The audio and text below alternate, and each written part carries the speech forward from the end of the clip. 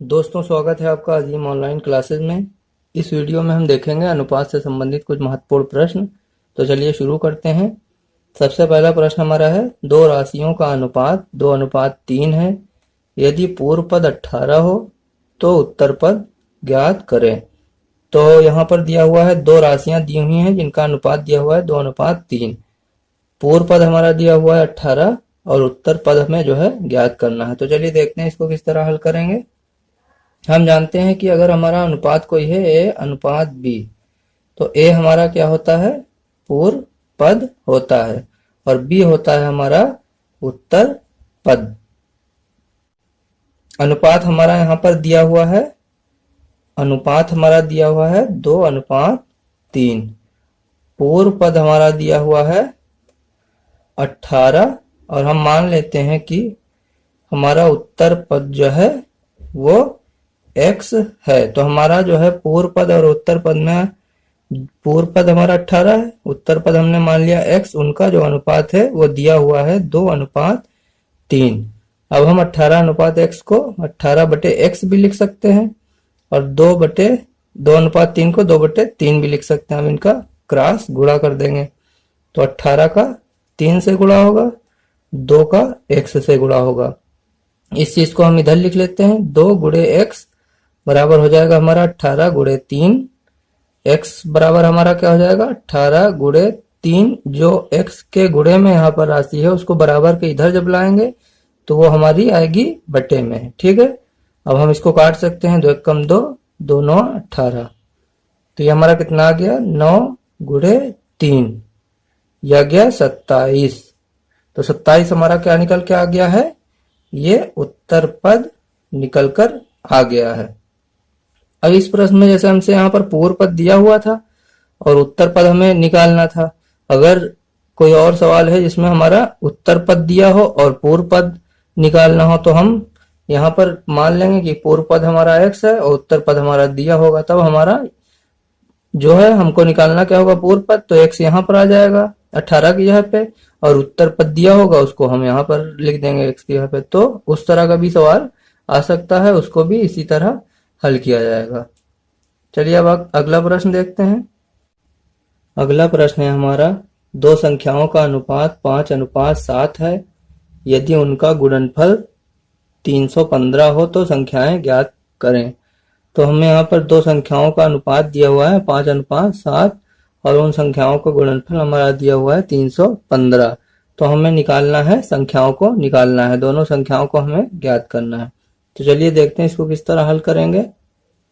हमारा संख्याओं का अनुपात दिया है, संख्याओं का अनुपात हमारा दिया हुआ है 5:7 दिया हुआ है। ठीक है, अब हम मान लेते हैं, माना पहली संख्या हम मान लेते हैं, माना पहली संख्या है हमारी 5x। ठीक है, पहली संख्या का अनुपात हमारा था 5, तो हमने पहली संख्या 5x मान ली है। अब हम मान लेते हैं, माना दूसरी संख्या हमारी क्या है, 7x है। अब यहाँ पर दिया हुआ है, दोनों संख्याओं का अनुपात यहाँ पर दिया हुआ है, तो अगर हम इन दोनों का अनुपात निकालें तो क्या हो जाएगा, 5x/7x। x हमारा कट जाएगा, यह आ जाएगा 5/7। तो इनका अनुपात ये कितना आ गया, 5:7। यही अनुपात हमारा जो है वो दिया हुआ है, और हमने संख्याएं यहाँ पर मान ली है 5x, और दूसरी मान ली है हमने संख्या 7x। अब इनका गुणनफल संख्याओं का दिया है, संख्याओं का गुणनफल हमारा जो दिया हुआ है वो दिया हुआ है 315। तो संख्याएं हमारी क्या है, 5x गुणे 7x दूसरी संख्या है, इनका गुणनफल दिया हुआ है 315। पहली संख्या थी 5x, दूसरी थी 7x, तो इनका गुणनफल दिया हुआ है 315। अब हम इसको हल कर लेंगे और x का मान सबसे पहले निकालेंगे। तो हम x हमारी एक पास लिख देंगे, और 315 हो गया।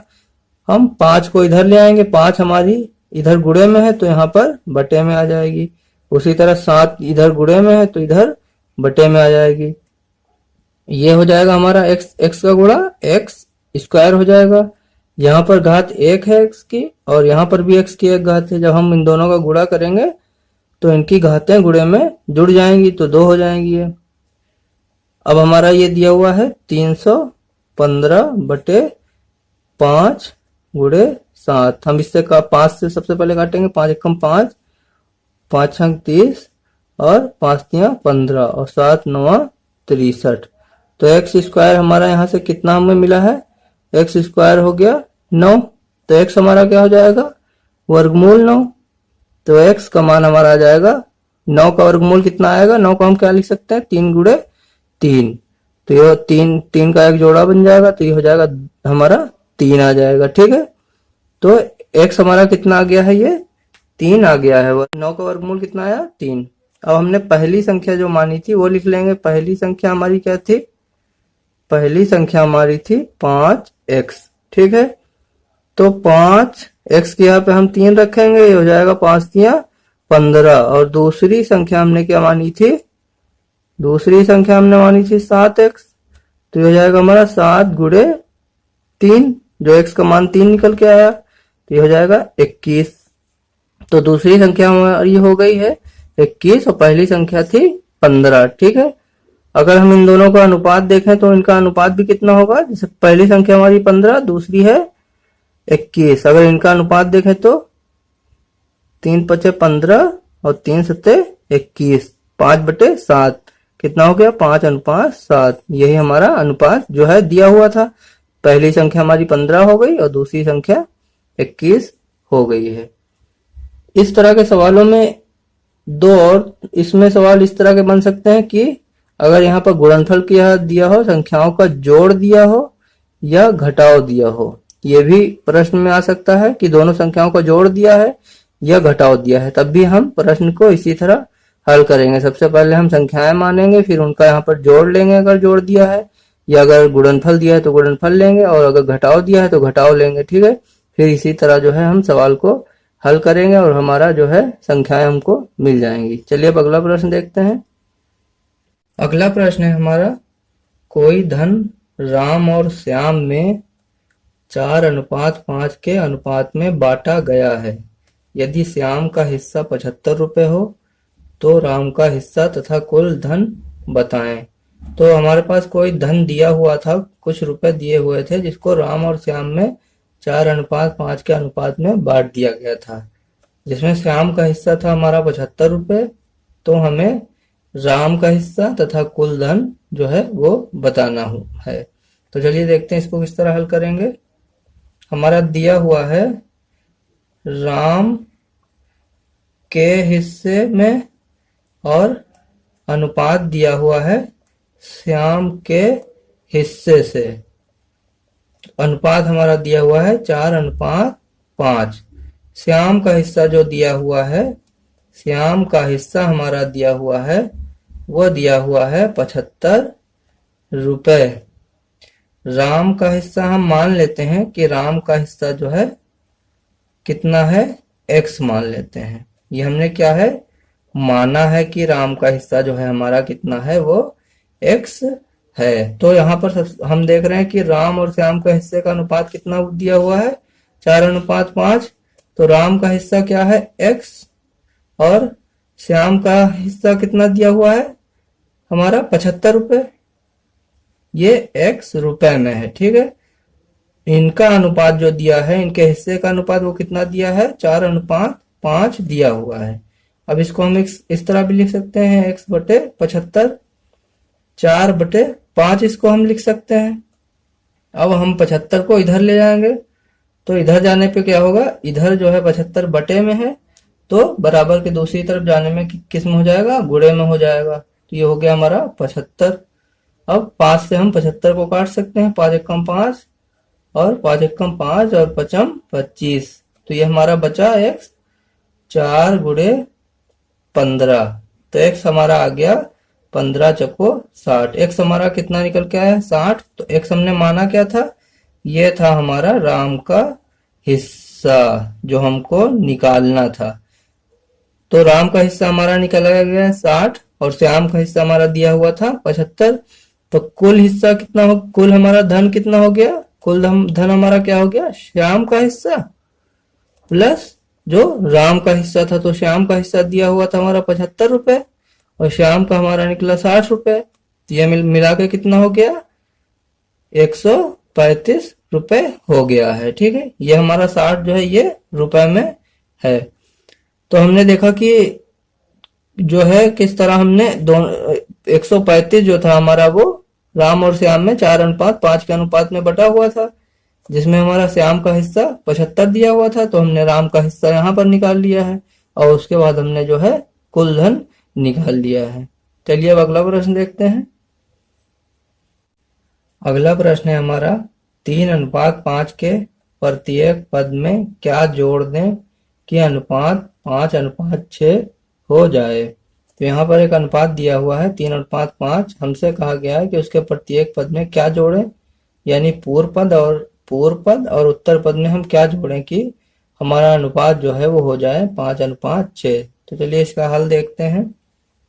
हमारा जो अनुपात दिया हुआ है, अनुपात हमारा दिया हुआ है वो दिया हुआ है 3:5।